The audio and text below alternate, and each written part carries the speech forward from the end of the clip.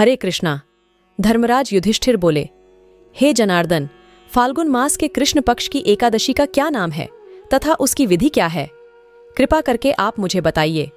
श्री कृष्ण भगवान बोले, हे राजन, फाल्गुन मास के कृष्ण पक्ष की एकादशी का नाम विजया एकादशी है। इसके व्रत के प्रभाव से मनुष्य को विजय प्राप्त होती है। यह सब व्रतों से उत्तम व्रत है। विजया एकादशी के महात्म्य के श्रवण व पठन से समस्त पाप नष्ट हो जाते हैं। एक समय देवर्षि नारद जी ने जगत पिता ब्रह्मा जी से कहा, महाराज, आप मुझसे फाल्गुन मास के कृष्ण पक्ष की एकादशी का विधान कहिए। ब्रह्मा जी कहने लगे कि हे नारद, विजया एकादशी का व्रत समस्त पापों का नाश करने वाला है। विजया एकादशी की विधि मैंने आज तक किसी से भी नहीं कही। यह समस्त मनुष्यों को विजय प्रदान करती है। त्रेता युग में मर्यादा पुरुषोत्तम श्री रामचंद्र जी को जब 14 वर्ष का वनवास हो गया, तब वे श्री लक्ष्मण जी तथा सीता जी सहित पंचवटी में निवास करने लगे। वहां पर दुष्ट रावण ने जब सीता जी का हरण किया, तब इस समाचार से श्री रामचंद्र जी तथा लक्ष्मण जी अत्यंत व्याकुल हुए और सीता जी की खोज में चल दिए। घूमते घूमते जब वे मरणासन्न जटायु के पास पहुंचे, तो जटायु उन्हें सीता जी का वृत्तांत सुनाकर स्वर्गलोक चला गया। कुछ आगे जाकर उनकी सुग्रीव से मित्रता हुई और बाली का वध किया। हनुमान जी ने लंका में जाकर सीता जी का पता लगाया और उनसे श्री रामचंद्र जी और सुग्रीव की मित्रता का वर्णन किया। वहां से लौटकर हनुमान जी ने भगवान राम के पास आकर सब समाचार कहे। श्री रामचंद्र जी ने वानर सेना सहित सुग्रीव की संपत्ति से लंका की ओर प्रस्थान किया।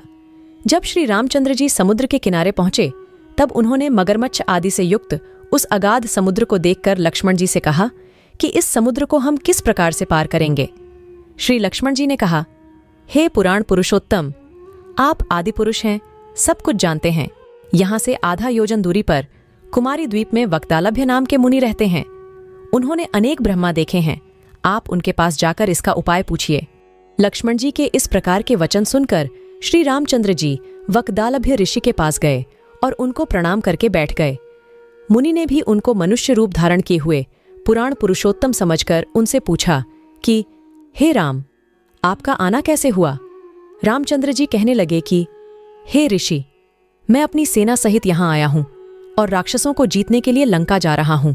आप कृपा करके समुद्र पार करने का कोई उपाय बतलाइए। मैं इसी कारण आपके पास आया हूं। वक्तालभ्य ऋषि बोले कि हे राम, फाल्गुन मास के कृष्ण पक्ष की एकादशी का उत्तम व्रत करने से निश्चय ही आपकी विजय होगी। साथ ही आप समुद्र भी अवश्य पार कर लेंगे। इस व्रत की विधि यह है कि दशमी के दिन स्वर्ण, चांदी, तांबा या मिट्टी का एक घड़ा बनाएं। उस घड़े को जल से भरकर तथा 5 पल्लव रख वेदिका पर स्थापित करें। उस घड़े के नीचे सतंजा और ऊपर जौ रखें।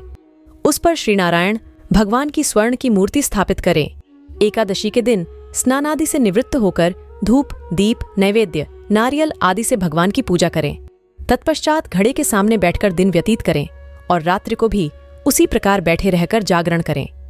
द्वादशी के दिन नित्य नियम से निवृत्त होकर उस घड़े को ब्राह्मण को दे दें। हे राम, यदि तुम भी इस व्रत को सेनापतियों सहित करोगे तो तुम्हारी विजय अवश्य होगी। श्री रामचंद्र जी ने ऋषि के कथनानुसार इस व्रत को किया और इसके प्रभाव से दैत्यों पर विजय पाई।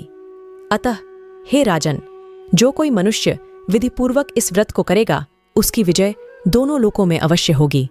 श्री ब्रह्मा जी ने नारद जी से कहा था कि हे पुत्र, जो कोई इस व्रत के महात्म्य को पढ़ता या सुनता है, उसको वाजपेय यज्ञ का फल प्राप्त होता है। जय श्री हरि विष्णु। इसी तरह के कथा वीडियोस देखने के लिए हमारे चैनल को सब्सक्राइब और वीडियो को लाइक और शेयर करें।